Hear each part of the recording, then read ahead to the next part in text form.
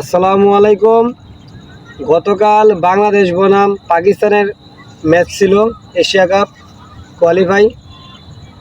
আপনারা দেখছেন পাকিস্তান 100 রানের আগেই অল আউট হয়ে থাকা। তখন বাংলাদেশ কী করলো? তারা অবহেলা করতে করতে 60-70 রানে যখন 8টি উইকেট পড়ছে, তারা নেওয়াজের 2-3টা ক্যাচ মিস করছে, লাইভ দিছে। তারপর নেওয়াজে প্রায় 20-25 রানের মতো করছে। শাহিন শাহ আফ্রিদি 2টি ক্যাচ মিস করছে। তখন কি করছে, তারা 2টা ক্যাচ মিস করার পর 2টা 6 মারছে।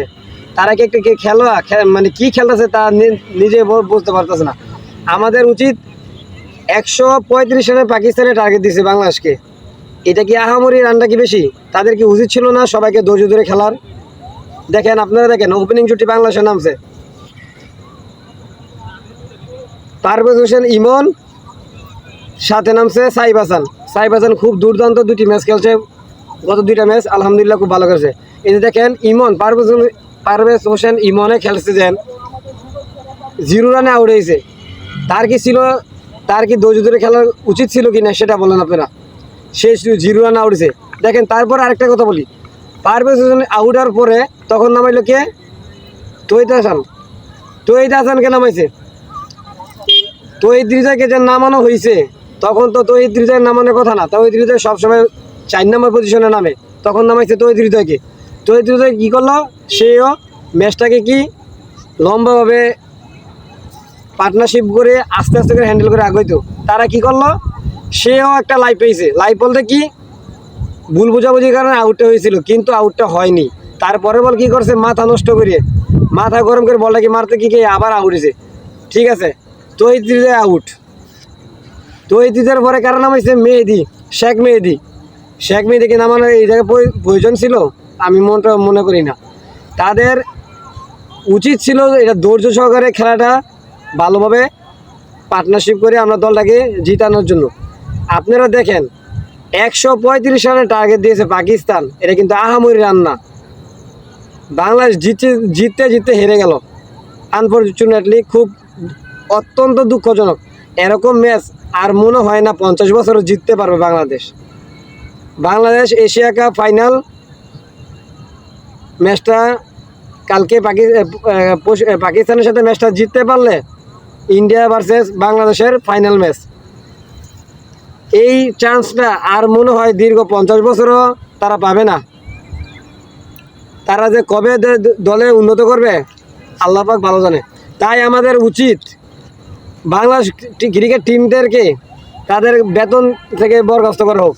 তারা ম্যাচ জিতলে তাদেরকে টাকা দেওয়া উচিত। আপনারা কি বলেন? তো সবাই ভালো থাকবেন। মনে খুব কষ্ট, বাংলাদেশ জিতা ম্যাচটা হেরে গেছে। মনটা খুব খারাপ লাগছে, এমন জিতা ম্যাচটা হেরে গেল। একটা জন্য দায়িত্ব নিয়ে খেলতে পারে নাই। এই যে দেখেন, সোহানে কি করলো? অফ স্টেমের ওয়াইডের বলটা সে কি করলো, লেকে চেপে বলটাকে মারতে আউট হয়ে গেল। তার কি দরকার ছিল? এখন আমাদের রানটা পার্টনারশিপ করে আমাদের ম্যাচটা জিতানোর কথা ছিল, সে আউট হয়ে গেছে। তারপর নামছে জাকির আলী অনিক, সেও মাথা গরম করে অফ স্টেমের ওয়াইডের বল, এই বলটা তো মারার কোনো প্রশ্ন ওঠে না। সে এই বলটা মেরে এই বলটা আউট হয়ে গেছে। তারা কবে দলটাকে জিতাতে পারবে? মনে হয় না 50 বছর জিতাতে পারবে। 135 রান, এটা তো আহামরি রানটা না। তারা 20 কোটি মানুষের মনটাকে তারা চুরমার করে দিছে। এত সুন্দর একটা খেলা, তারা যদি সবাই একটু ধৈর্য সহকারে খেলতো, ইনশাল্লাহ আমরা জয় লাভ করতে পারতাম। আমাদের ইনশাল্লাহ ইন্ডিয়ার সাথে যদি কালকে ম্যাচটা যদি আমরা পাকিস্তানের সাথে জিততাম, ইনশাল্লাহ আমাদের প্রতিপক্ষ ইন্ডিয়ার সাথে আমরা লড়াই করতাম, সর্বোচ্চ চেষ্টা করতাম। কিন্তু আনফরচুনেটলি জিতা ম্যাচটা হেরে গেল।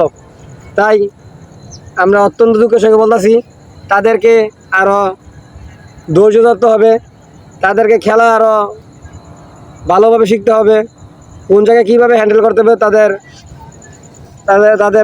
এখনও অভাব আছে। তাই সবার উদ্দেশ্যে আমি বলতেছি, বাংলাদেশ ক্রিকেট টিম অত্যন্ত তারা দীর্ঘ 50 বছর আর জিততে পারবে কিনা আল্লাহ পাক ভালো জানে। তাই এদের সবাইকে উচিত, আমি মনে করি তাদেরকে ম্যাচ জিততে পারলে তাদেরকে বেতন দেওয়া উচিত। তারা এমন সুন্দর ম্যাচটা কেন হারলো? আপনারা বলবেন তাদের কি করা উচিত। তো সবাই ভালো থাকবেন। অত্যন্ত দুঃখের সঙ্গে বলতেছি, কালকে আমার মনটা খুব খারাপ ছিল, বাংলাদেশ ম্যাচটা জিতা ম্যাচটা হেরে গেল, তাই কালকে আমার মনটা খুব খারাপ ছিল। অনেক আশা করছিলাম যে কালকে ম্যাচটা জিতবে, আমরা ফাইনাল খেলবো, কিন্তু আমাদের মনটাকে চুরমার করে দিল। তো সবাই ভালো থাকবেন। আসসালামু আলাইকুম রহমতুল্লাহ বারাকাতু। আল্লাহ হাফেজ।